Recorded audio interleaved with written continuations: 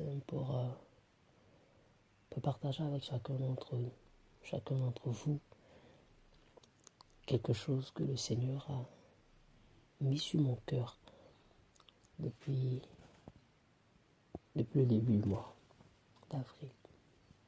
Vous savez, nous sommes dans des temps difficiles et ce n'est pas un secret pour personne. Ou ce n'est un secret pour personne. Aujourd'hui, chacun d'entre nous, plus ou moins, s'adonne à toutes sortes de choses en termes de ceux qui sont religieux, ceux qui sont politiciens. Chacun a son avis, surtout par rapport à cette crise sanitaire qui frappe le monde. Mais je veux m'adresser particulièrement à ceux parmi nous qui sont chrétiens. Ceux qui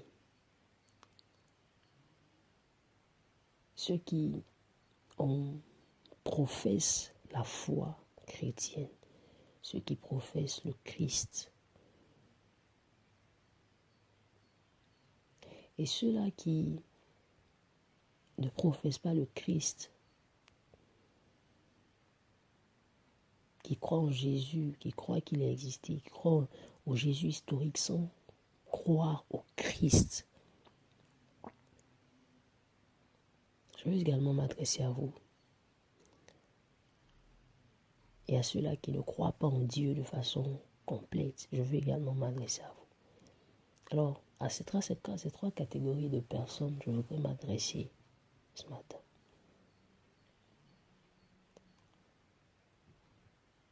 Vous savez, la Bible dit dans Isaïe 43, verset 7,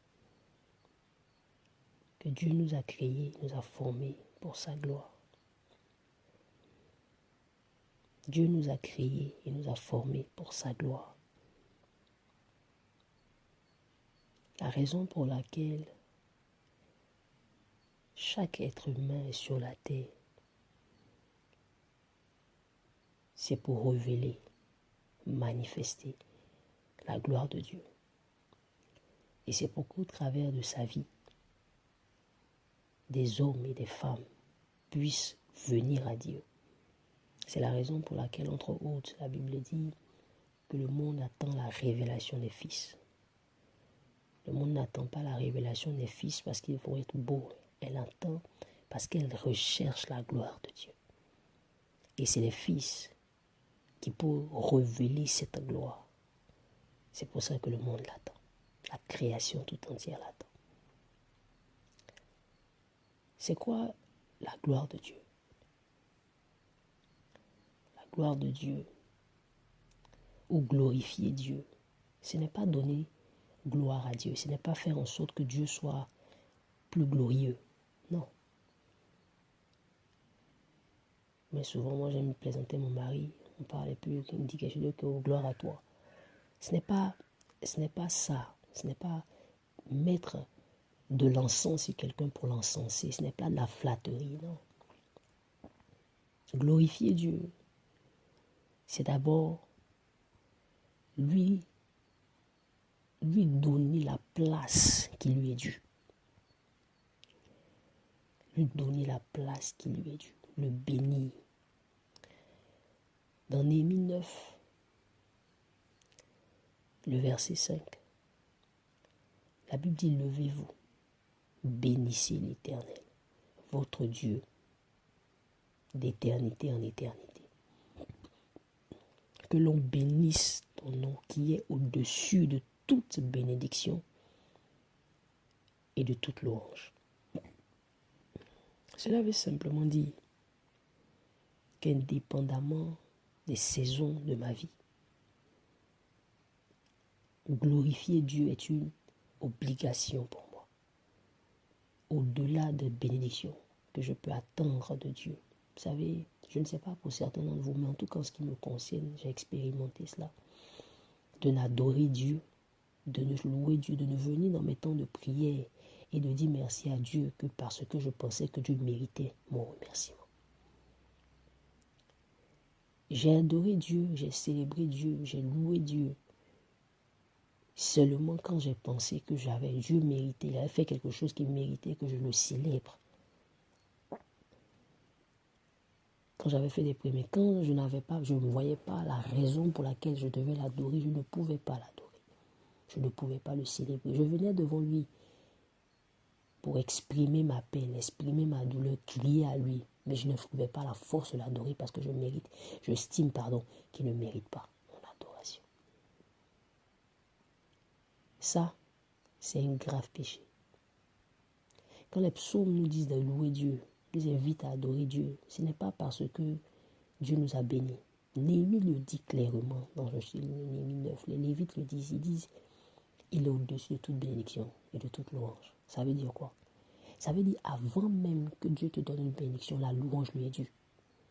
Avant même qu'il te donne une raison de célébrer, la louange lui est due, l'adoration lui est due, l'élévation lui est due, le règne lui est dû.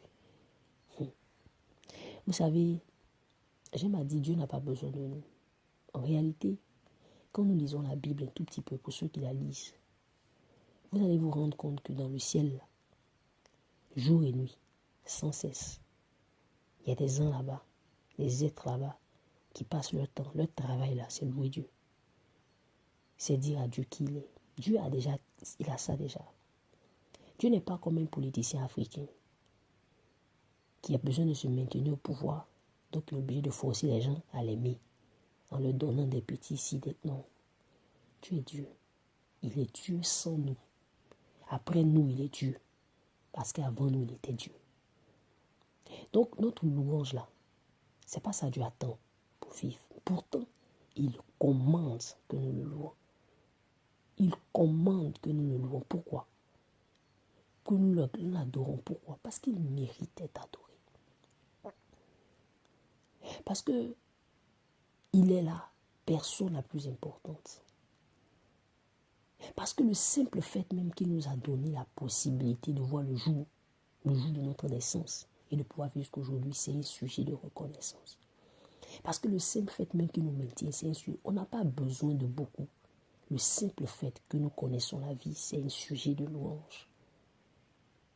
On n'a pas besoin d'attendre d'avoir des bénédictions pour pouvoir le louer. Donc la première des choses pour lesquelles nous devons glorifier Dieu, c'est au travers de notre adoration. Et quand je parle d'adoration, je ne suis pas en train de parler de juste des mots qu'on vient de dire. Non, je suis en train de parler de l'expression de notre vie. L'adoration, c'est un style de vie. C'est l'expression de notre vie, de notre reconnaissance à Dieu et de notre abandon à sa personne. Jésus dit les vrais adorateurs adoreront Dieu en esprit et en vérité. Ça veut dire quoi? Il y a la parole qui est la vérité, le fondement. Il y a l'esprit qui est l'esprit de Dieu. Ces deux choses doivent être réunies pour qu'une adoration puisse être vraie. Ça veut dire qu'il doit être une vraie doctrine et il doit y avoir également l'impulsion de l'esprit. C'est pourquoi personne ne peut adorer Dieu sans que Dieu ne l'ait poussé à l'adorer. La Bible dit ceci. Il dit personne ne vient au Père si le Père ne l'a envoyé à moi. Personne ne vient à moi si le Père ne l'envoie à moi. C'est Dieu qui vient par son esprit venir justement impulser en nous le désir d'adorer Dieu, ou bien la force d'adorer Dieu, basé sur la vérité, la révélation de la vérité qu'il est. Glorifier Dieu. Nous ne pouvons pas ne pas glorifier Dieu. Le simple fait que nous choisissons, quand nous avons envie de glorifier Dieu, quand nous avons envie de louer Dieu, quand nous avons envie de célébrer Dieu, quand nous avons envie de vivre pour Dieu, quand nous avons envie d'appeler Dieu, quand nous avons envie de prier, quand nous avons envie de faire ceci, basé sur nos humeurs et sur justement les choses que nous avons dans nos vies, est une offense grave à Dieu. Ça, je parle de ceux qui sont chrétiens. Pour ceux qui ne sont pas chrétiens, le fait que vous n'acceptons pas la seigneurie de Jésus, le Christ, le fait que nous n'acceptons pas la seigneurie de Jésus, qui est l'image du Dieu invisible, ce simple fait-là, c'est une offense grave. Et nous tous, nous méritons d'aller en enfer. Nous méritons d'aller en enfer pour cette raison-là. La deuxième chose par laquelle nous glorifions Dieu, c'est en lui faisant totalement confiance. Ici, ça parle de foi. Je vais m'attarder un peu sur cet aspect. Vous savez, la foi, la Bible dit dans Hébreux 10 que le juste vivra par la foi. Je crois au verset 38, le juste vivra par la foi. Mais s'il se retire, mon cœur n'y prend pas plaisir. La Bible dit également, dans Hébreux toujours, que sans la foi, il est impossible d'être agréable à Dieu. Sans la foi, il est impossible d'être agréable. Non pas dit sans les œuvres, il dit sans la foi. Il est impossible d'être agréable à Dieu. Sans la foi. Vous savez, un manque de foi vis-à-vis de Dieu, c'est-à-dire un manque de confiance en Dieu, c'est du mépris et c'est de la défiance vis-à-vis de Dieu. Ce n'est pas moi qui le dis. Je vais donner seulement 2 passages pour illustrer ce que je dis. Dans 2 Samuel, chapitre 12, lorsque Nathan, le prophète, vient dire à David son péché par rapport à Bathsheba, Dieu dit ceci. Il dit, David, parce que tu m'as méprisé, la guerre ne va pas quitter ta famille. Parce que tu m'as méprisé. 2 Samuel 12, verset 10. Dieu dit, tu m'as méprisé. Quand nous partons un peu plus haut, dans l'Ancien Testament, dans Nombre, chapitre 14, au verset 11, la Bible nous parle de Dieu. La Bible de l'Éternel dit à Moïse, jusqu'à quand ce peuple me méprisera-t-il? Jusqu'à quand il ne croira pas en moi, malgré tous les prodiges que j'ai accomplis au milieu de lui? C'est du mépris que de ne pas faire confiance à Dieu. Pourquoi c'est du mépris que pourquoi Dieu dit qu'il a méprisé, ne lui ayant pas fait confiance? Simplement parce que David, il avait tout ce qu'il avait. Dieu l'aimait. Il est l'homme selon le cœur de Dieu. Il sait, il knows better.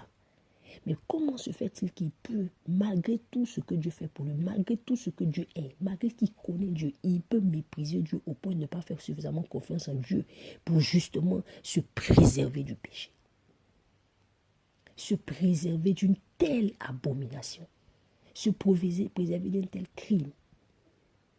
Non seulement il a ajouté l'offense, il a ajouté du préjudice à l'offense. Non seulement il a pris la femme du monsieur, l'enceinte, mais il ne s'arrête pas là, il va tuer le monsieur, il va s'asseoir, laver sa bouche comme si de rien n'était. Il a fallu que Dieu l'interpelle pour qu'il se rende même compte qu'il avait péché. Dieu dit, tu m'as méprisé parce que tu n'as pas cru en moi. Il est impossible d'être agréable à Dieu sans la foi. Il est impossible d'être agréable à Dieu sans la foi. Parce que les enfants d'Israël ont méprisé. Dieu a dit cela. Jamais ils vont entrer. Je vais les exterminer. Je vais les détruire. Il a fallu que Moïse intervienne. Il a fallu que Moïse supplie. Pour que Dieu dise, ok, je ne vais pas les exterminer. Mais ce qui est sûr, ce pays-là, ils ne vont pas rentrer dedans. Ils sont morts dans le désert.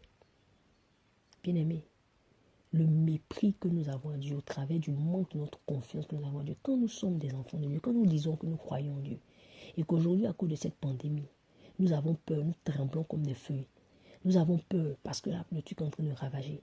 Nous avons peur, nous doutons, même qu'il y a des petites situations dans nos vies, nous avons peur, nous tremblons et nous courons, aller chercher des solutions ici et là. Nous attendons. Dieu dit, tu me méprises. Dieu dit, nous le méprisons. Et pour ça, nous qui avons été mis pour glorifier Dieu, pour sa gloire, nous ne lui faisons pas confiance. Nous ne lui faisons pas confiance, obnubilés par notre petite personne. Dieu ne nous a pas créés pour nous. Dieu ne nous a pas créés pour nous. Ce n'est pas parce que aujourd'hui tu n'es pas marié, aujourd'hui tu n'as pas d'enfant, aujourd'hui tu n'as pas ceci, aujourd'hui tu n'as pas cela, que pour toi tu vas bouder Dieu. Dieu est au-dessus de toute bénédiction. Son nom est au-dessus de toute bénédiction. Je voudrais t'encourager ce matin. Je voudrais te dire que Dieu est plus grand que ce que tu crois. Dieu est plus grand que toi. Il est plus grand que moi. Il est plus grand que notre petit cerveau. Et Dieu nous appelle à la glorifier, à le glorifier. Dieu nous appelle à lui faire confiance. Dieu nous appelle à le célébrer en dépit de tout. Jésus a dit quelque chose. Il dit, Jusqu'à présent, vous n'avez rien demandé. Jusqu'à présent, vous n'avez rien demandé à mon nom. Demandez afin que votre joie soit parfaite. Demandez afin que votre joie soit parfaite. Je me suis toujours posé la question de savoir, mais attends, qu'est-ce qui peut rendre ma joie parfaite? Bien-aimé, quand tu te maries, ta joie n'est pas parfaite. Quand tu as des enfants, ta joie n'est pas parfaite. Même quand tu as beaucoup d'argent, ta joie n'est pas parfaite. Tout ce que cette vie peut donner, pouvons avoir dans cette vie, ne rend pas notre joie parfaite. Donc, qu'est-ce que Jésus est en train de demander quand il dit aux disciples, demandez afin que votre joie soit parfaite? La Bible dit, le psalmiste dit, fais de l'Éternel tes délices, il donnera ce que ton cœur désire. En réalité, ce que Jésus demande de demander afin que notre joie soit parfaite en son nom, c'est lui-même.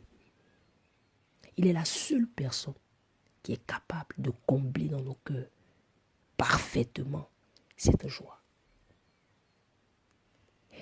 Certaines personnes pensent que pour avoir le paradis, elles ont besoin de faire toutes sortes de choses religieuses. Mais Dieu n'a créé aucune religion. Dieu n'a créé aucune religion.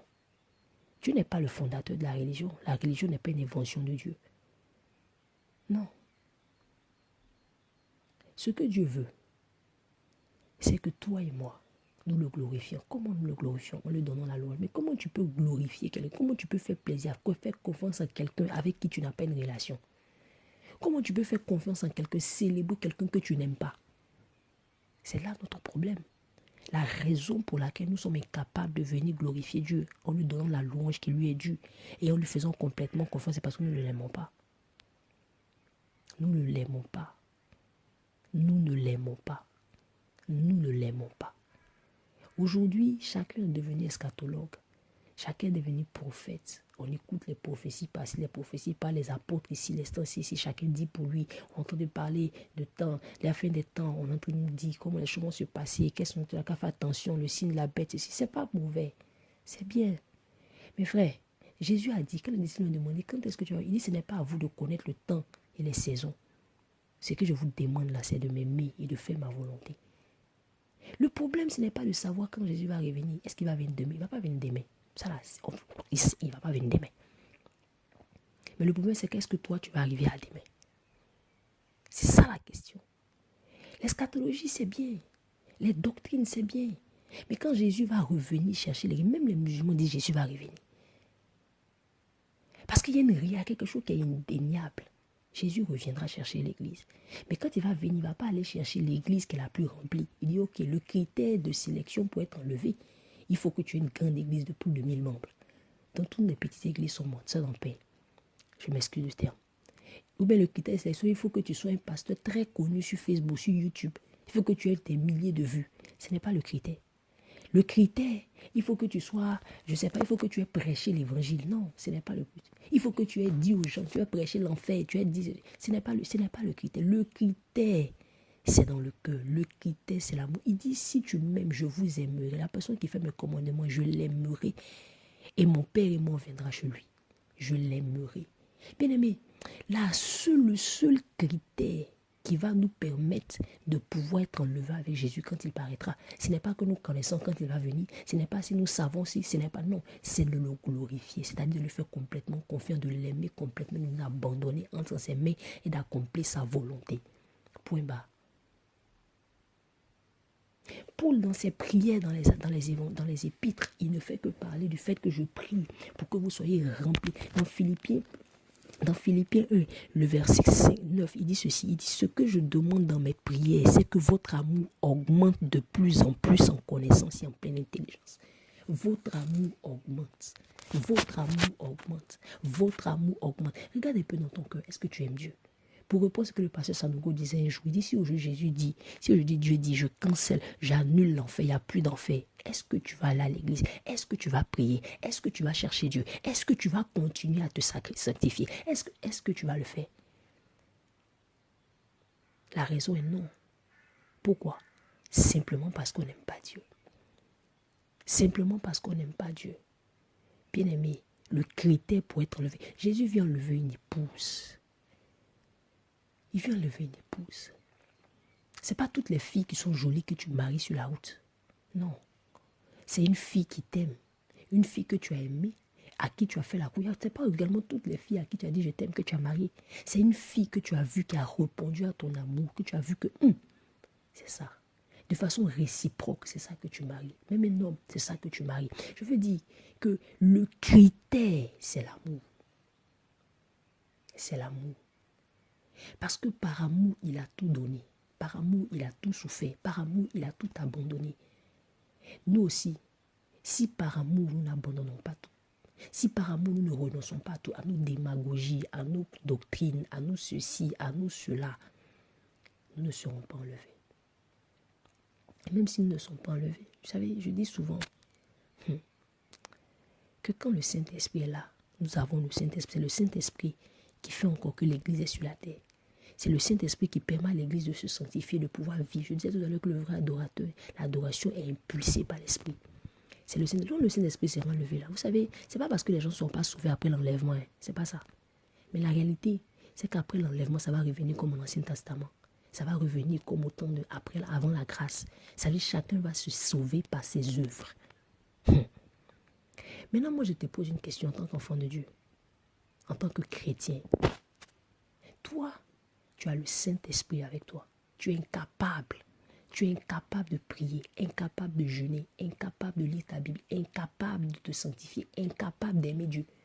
Malgré que tu as le Saint-Esprit, tu parles en langue. Tu es incapable de mettre Dieu en premier dans ta vie. Tu es incapable de donner à Dieu la première place. Tu es incapable de glorifier Dieu. Mais explique-moi, si Jésus vient, qu'il prend l'église, ça veut dire qu'il va prendre son esprit, parce que ce qui permet à l'église, ce qui permet au Saint-Esprit d'être sur la terre, c'est l'esprit, c'est l'église. Si Dieu a pris son église, s'il a pris son épouse pour partir, il va avec son esprit.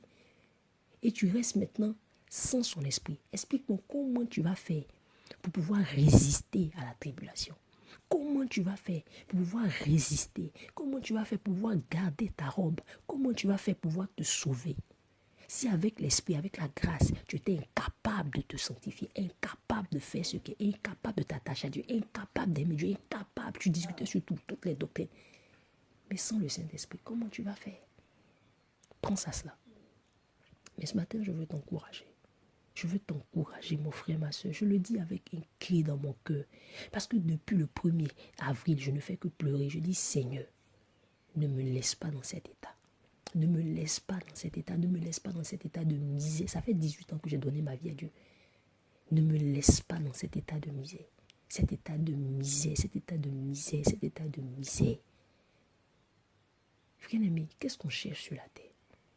Aujourd'hui, cette histoire de coronavirus, de pandémie, ce n'est pas encore la fin. Mais c'est venu nous révéler ce qui est important dans notre cœur, ce qui a plus de valeur. Est-ce que c'est ta famille?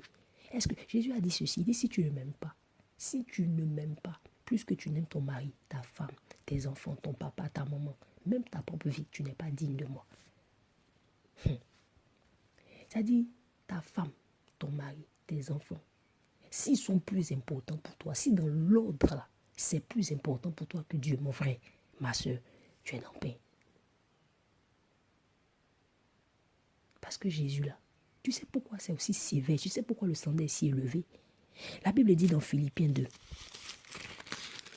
je veux le lire pour ne pas écorcher le passage. La Bible dit dans Philippiens 2, à partir du verset 5, ayant en vous les sentiments de Christ, les sentiments qui étaient en Jésus-Christ. C'est à partir du verset 6 qui m'intéresse. Existant en forme de Dieu, il n'a point épargné, regardez son égalité avec Dieu comme une proie à arracher. Mais il s'est dépouillé lui-même en prenant une forme de serviteur, en devenant semblable aux hommes. Et il a paru comme un vrai homme. On a quand même pause ici. Jésus dit, si tu ne renonces pas à ta propre vie, là, tu peux pas me suivre. Parce que lui-même, là, il a renoncé à sa vie. La Bible dit qu'il a été tenté en tout. La Bible dit tout ce qui est, il n'y a rien qui est commun à l'homme qui n'a pas connu. Il a renoncé à sa vie. C'est la raison pour laquelle il peut demander de chacun de nous que nous renoncions à notre vie. Il dit, si tu ne laisses pas ton père, ta mère, il a laissé son père au ciel. Son père, il a dit à son père, moi je m'en vais sur la terre, je m'en vais sauver les hommes. Est-ce que nous savons, aujourd'hui nous sommes dans la période de Pâques.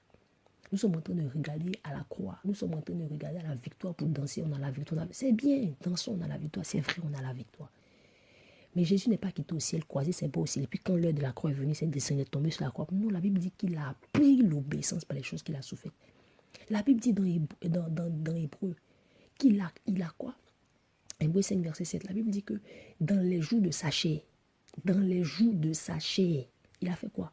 Il a pleuré, il a crié, il a supplié Dieu par la prière pour être délivré de la mort. Il a pris l'obéissance au travers des choses qu'il a souffert. Toi, tu ne veux pas apprendre l'obéissance par les choses que tu souffres. Et tu es là, parle de victoire, tu parles de victoire. La victoire, c'est bien. Dieu t'a donné la victoire sur la mort. Mais il y a un prix à payer. Est-ce que tu es prêt à payer? Est-ce que tu es prêt à renoncer à ta vie? Tu veux vivre ta vie choco pendant que Dieu n'a qu'à te sauver quand même. Il est bon, il t'aide, il te fait des grâces. Mais non, tu vas aller en enfer. Tu vas aller en enfer, cadeau. Simplement parce que tu es en train de jouer ping-pong avec ta vie. Que je disais à quelqu'un hier, la vie qu'on est en train de vivre là, c'est pas la répétition de la vie. C'est pas la répétition, c'est la seule vie que tu as. La Bible dit il est réservé à un homme de vivre une seule fois après quoi vient le jugement. De mourir une seule fois après quoi vient le jugement. Ça veut dire qu'il n'y a pas 15 morts que tu vas avoir. Vous savez, quand on joue les jeux vidéo, bien on joue les jeux dans les téléphones, tu mets une fois, il a une vie, il me reste 2 vies, il me reste 3 vies. Non, il ne te reste pas 2 vies, il te reste pas, c'est ta seule vie là qu'elle a. Frère, il est temps pour nous de chercher Dieu. Il est temps pour nous de prier avec Paul et de dire Seigneur, augmente mon amour. Jésus a dit quand il va revenir sur la terre, est-ce qu'il va trouver l'amour? Est-ce qu'il va trouver la foi? Est-ce qu'il va trouver l'amour? Il dit l'amour de plusieurs se refroidira. Parce qu'il va tarder à venir. L'amour de plusieurs se refroidira. Il dit même la foi ne va pas trouver. Entre l'amour et puis la foi. Et c'est les deux choses. La Bible dit tout va passer. Mais la foi, l'amour ne passera pas. La foi, l'espérance ne passeront pas. Bien-aimé, je veux t'encourager ce matin à reconsidérer ta vie. À glorifier Dieu. Tu es venu sur la terre pour un but. Tu es venu sur la terre pour un but. Quand tu te lèves le matin, là, tu as déjà demandé à Dieu quel est le but que je dois atteindre dans cette journée. Non. Quand tu fais ton bilan de la journée, là, est-ce que tu regardes avec Dieu, puis tu regardes la lumière de ce qu'il t'a dit le matin pour savoir que j'ai accompli ce que je devais faire. J'ai fait 50%, demain j'ai fait un peu plus, ou bien tu l'as fait, tu t'es levé. Non. Ton argent, tu dépenses comme tu veux, quand tu veux, comme tu veux. À peine même si tu donnes ta dîme, et même quand tu donnes, à peine si tu peux donner des offrandes, combien est-ce que de tes revenus tu mets pour l'œuvre de Dieu? Tu vas dire, les pasteurs sont des voleurs, c'est comme si c'est comme ça. Combien de ton temps tu dédies à Dieu? Combien de tes talents, de tes trucs que tu mets au service de Dieu pour sa gloire et non pour ton ventre? Frère, reconsidérons nos voies. Moi, je n'ai pas dit de ne pas regarder les histoires de... Non, je suis en train de te dire que le plus important, là, ce n'est pas de connaître quoi, de rentrer. Non, le plus important, c'est d'aimer Dieu. Si tu te mets en alignement avec Dieu, si tu commences à grandir dans ton amour avec Dieu, il va te remplir de la connaissance, de toute la connaissance de sa volonté. Et tu vas être à la place où tu dois être et tu vas accomplir les œuvres qui t'appellent à accomplir. Ce n'est pas le contraire. Ce n'est pas le contraire. Tu ne peux pas tout par tes propres forces. C'est par l'esprit qui est en toi. Je veux encourager quelqu'un à dire, cherchons Dieu pendant qu'il est temps. Cherchons Dieu pendant qu'il est prêt. Dieu a dit, je n'ai pas dit de me chercher en vain. Si nous cherchons Dieu véritablement, nous le trouverons. J'ai une espérance dans mon cœur, mais j'ai en même temps une crainte dans mon cœur. Je dis, Seigneur, ne me laisse pas mourir. Après avoir prêché, après avoir créé, Dieu ne va même pas venir chercher ceux qui prêchaient bien, ceux qui avaient des doctrines qui étaient correctes, ceux qui savaient exactement ce qu'ils disaient, ceux qui avaient une doctrine correcte. Non, Dieu ne va pas venir faire le critère. Non, cette église avait une bonne doctrine. Non. Il a dit à l'église d'Éphèse, il dit, vous là, je connais votre foi. Je connais que vous n'aimez pas mais les menteurs. Je connais que vous persévérez. Mais ce que j'ai contre vous, c'est que vous avez perdu votre premier amour. À cause de ça, là, je veux vous juger. Le critère, ce n'est pas la persévérance. Le critère, c'est l'amour. Est-ce que tu aimes Dieu? Est-ce que tu aimes Dieu? Est-ce que tu aimes Dieu? Si tu n'aimes pas Dieu, si Dieu n'est pas la chose, la personne la plus importante dans ta vie, si Dieu n'est pas la personne la plus chérie dans ta vie, si tu aimes ta femme plus que Dieu, mon frère, tu vas aller en enfer. Si tu aimes ton mari plus que Dieu, si tu aimes tes enfants plus que Dieu, ce n'est pas un critère. Dieu ne t'a pas envoyé sur la terre pour aimer tes enfants. Il ne t'a pas envoyé sur la terre, il t'a envoyé sur la terre pour l'aimer. Et il a un droit d'attendre ça de toi. C'est la raison pour laquelle tu dois prier. Je dois prier. Je dois chercher pour dire, Seigneur, apprends-moi à t'aimer plus. Apprends-moi à t'aimer plus. Dans ces temps de confinement-là, qu'est-ce que tu fais? Est-ce que tu cherches Dieu? Est-ce que tu pries? Est-ce que tu cherches sa face, que tu lis sa parole pour le connaître un peu plus, ou bien tu te goinfres de nourriture tous les jours, tu t'assois devant ta télévision tous les jours, regarder les informations, t'es intoxiqué. Ou bien rester sur les réseaux sociaux qu'à 2h du matin, 3h du matin, moi je suis dedans. Je ne suis pas en train de prêcher à des gens, je ne suis pas en train de donner la leçon, je suis en train de parler de chacun d'entre nous, chacun, depuis le 1er avril. Je ne fais que Dieu a commencé à me montrer la condition de mon cœur. J'ai commencé à dire à Dieu, frère, je veux t'encourager. Je ne veux pas être plus longue. Je veux t'encourager à chercher Dieu. Et à chercher Dieu. Il dit, fais de l'Éternel tes délices. Ça veut dire, tout ce qui te fait plaisir, là, que ça soit en Dieu. Et c'est là, il va te donner le désir de ton cœur. Qui est le désir de son cœur? Lui-même. Quand Dieu est en toi, quand Dieu est dans ton cœur, il comble ton cœur de façon complète. Et cette chose-là, c'est ça que nous devons rechercher plus que tout. Pour le dire, je répète de la boue à cause de l'excellence de la connaissance de Christ. Je veux connaître Christ. Je veux le connaître d'une façon intime, une telle intimité. Et toi? Et moi? Que le Seigneur te bénisse, que le Seigneur t'encourage, que le Seigneur t'aide, à pouvoir justement le chercher véritablement, à pouvoir justement vivre pour lui. Que Dieu t'aide, que Dieu t'aide.